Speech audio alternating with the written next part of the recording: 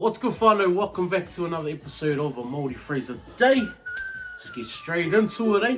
Today's Māori phrase, he rā whakamoemiti ki te ao, which means a day of gratitude to the world. For me, this is just a reminder to stay grateful for not only the bigger things in life, but all the small things around you, like, fresh water, fresh air, your whare, your kids, your whānau that are still here.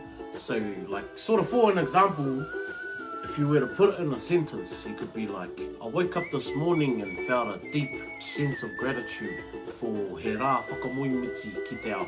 So appreciating the world around me. It's a mean way to frame your day or start your day in a positive mindset, I feel. So yeah, that's our Māori phrase for the day, whānau. If that was incorrect or if I mispronounced it, please comment down below so we can all get it right. And always remember, whānau, stay positive, be kind to one another, and it's a good day to have a good day. So go ahead and have a good day. Vra!